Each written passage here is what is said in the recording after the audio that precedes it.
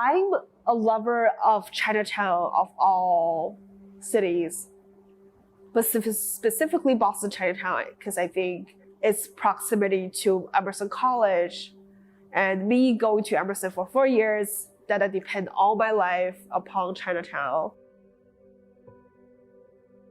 It's a place where I come for fun and also for collaboration. Even though I've lived there almost my whole life, but there was a life before me.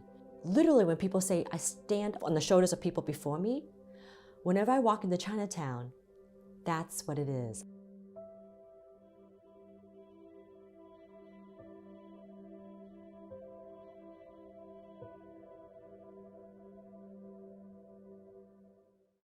Chinatown has a very complex meaning because of many different aspects. I wasn't involved with Chinatown for a long time. When I first came, it's very alien as a Chinese, because when you grow up in China, Chinese don't no prejudice against Chinese. No, so you're growing up whole in many ways, and the whole attitude of American Chinese are very different to Chinese, you know, and they have different aesthetics and everything. The point when my art changed into more of a Chinatown and Asian American thing was when I was asked to do a mural in Chinatown. By that point, I was 50 years old. So I interviewed about 30 or 40 people. I began to understand where they're coming from, why they had to have this kind of double feature, which, of course, it echoes my own double feature of pretending not to be a Chinese, to try to speak English as well as possible. And they suffer just as much. It's painted on a side of a building 4-story high. And I was looking out the window in the building, and I saw an old woman carrying, you know, typically in Chinatown, with the plastic bags of things. So she was looking at the thing and then got kind of interested. There's no words in it, but it's just the pictures telling the story. And then she started putting down her bags, just stood there and looked at the painting. And obviously, it echoes something inside her feeling. So I found it a lot more meaningful of trying to represent stories in such a way.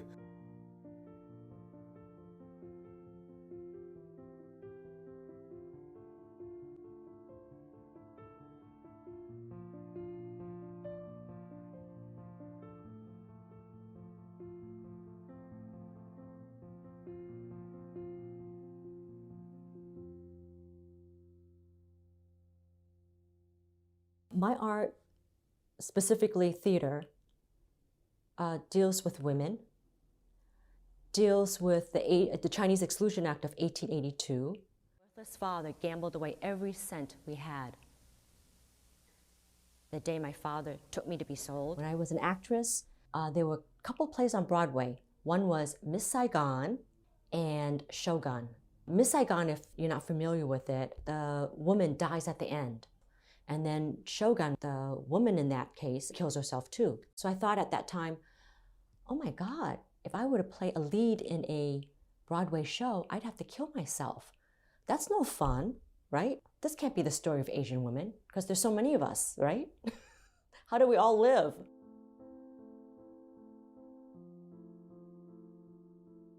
I was working in Chinatown as a volunteer. This was in 1980s. The Asian American Resource Workshop, they were putting on this play called Paper Angels. It was about the immigrants who were interned at Angel Island. So I ended up playing this 70-year-old woman whose husband has gone back to take her to America after 30 years. And why did this play hit me so much? Come to find out, my grandfather came under someone else's papers. So this play was like, oh my God, how many of us are walking around like this, not knowing our real surnames? And my parents never talked about it. My grandparents never mentioned it. And it seemed like They knew about it, but nobody told my generation. I grew up going to kindergarten all the way to college here in the US. Not once did they mention the Exclusion Act of 1882. Not once did they mention the Chinese railroad workers who built the railroad from California to Utah, helping to build the wealth in California. Plays are an amazing way of helping someone know their own identity. At least for me, the history that wasn't taught to me when I was educated in Boston. The arts helps to give a viewpoint of how it is we live in America from our lenses, and that we can express it many different ways that the mainstream media or mainstream art does not.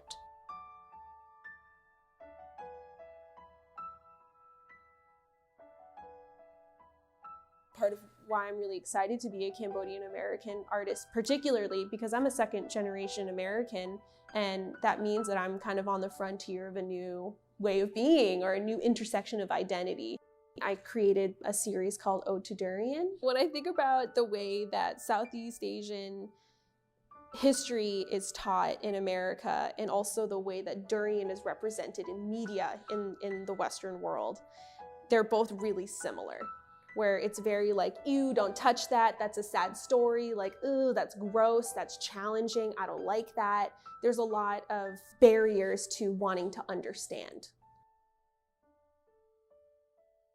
I've always been looking forward to building community with AAPI folks in general, but specifically in Chinatown, because it's just been a part of my life for so long. I think in the past couple of years, as I've learned more about how resilient the Chinatown residents are, how much history that they've created, and how much they've been impacted, I just want to be of service and kind of weave in and know this neighborhood even better.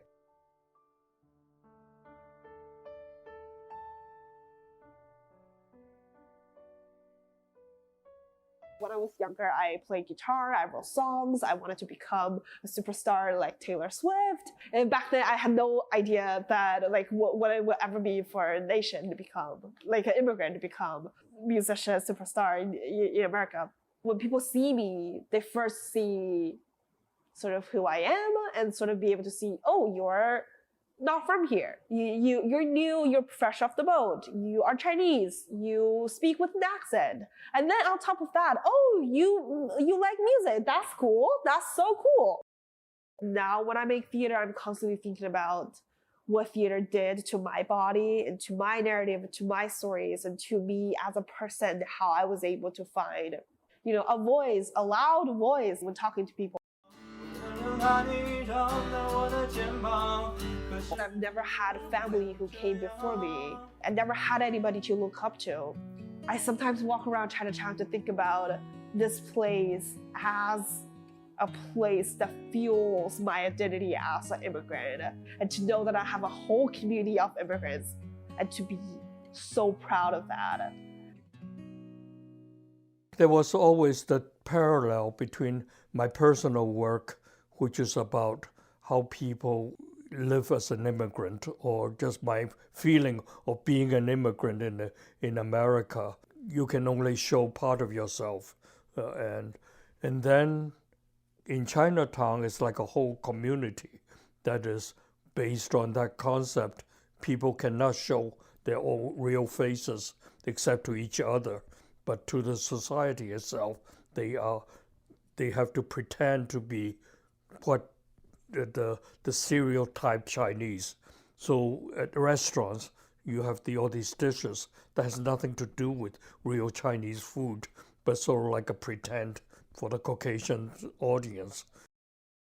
When I first arrived, the laundry people were very prominent, and you see these single person in the basement place, and you go out and they'll start working at 8 o'clock before the store opened.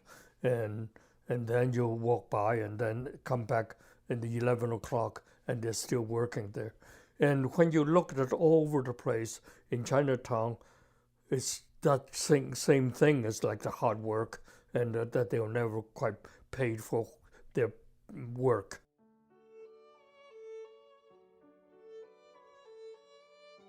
I got a lot of satisfaction after doing the mural.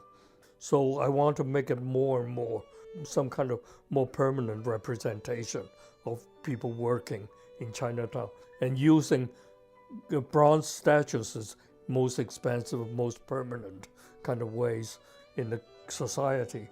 We have a lot of bronze statues from generals, politicians on very high pedestals, and we need to create a kind of equality in these representations. And I want to give that kind of regard from the society to pay tribute to these working people who have worked so hard, like the laundryman that I saw. And sometimes I would hang out in the shop and see the client come in, and then they would treat them like dirt, to throw money at them. They have been treated for almost 100 years as non-entities, not important people. Especially with the Chinese, they've been taught the best thing is to stay silent and not to make noise. Then people will take you in, which of course is not true. You have to make a lot of noise to get even a tiny bit of equality.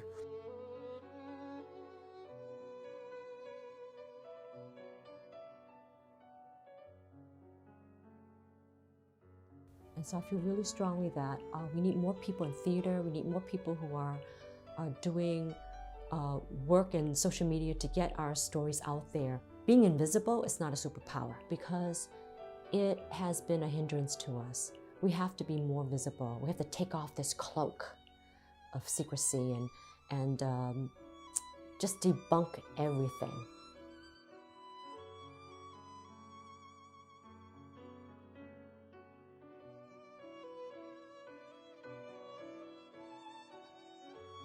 Just like the first Asians that came over, they start their stores, they started businesses. I think artists are also in that vein of entrepreneurs, where they took an idea and they built it into something. And what we're selling, maybe it's not food, maybe it's not clothes, but it's ideas.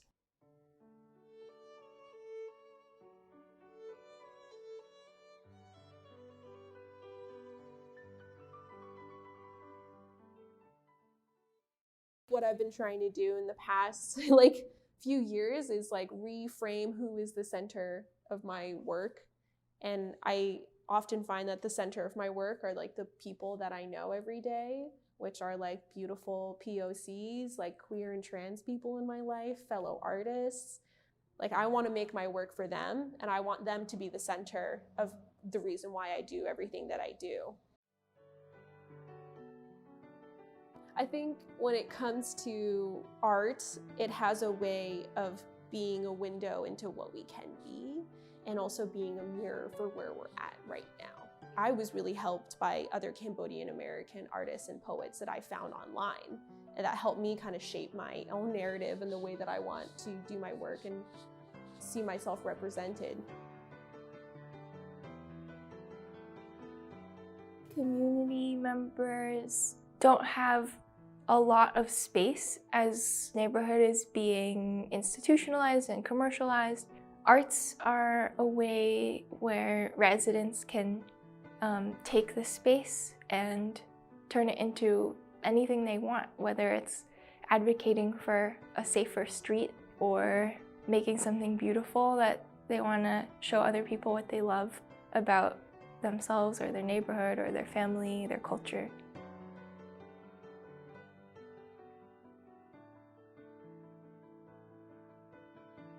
I'm 85 years old now, and as far as I'm concerned, I just want to make these sculptures as finished sculptures. My pleasure now would be to do it as well as possible and inspire people to say, we need that. That sounds like a really good idea, and we would love to see them in the city, both from the Chinatown community and from the from the city itself.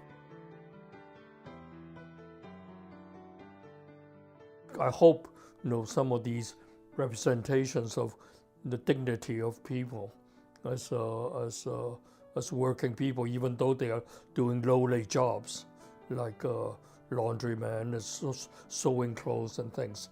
But the moment of what I want is that moment that they think back, they look up from their work.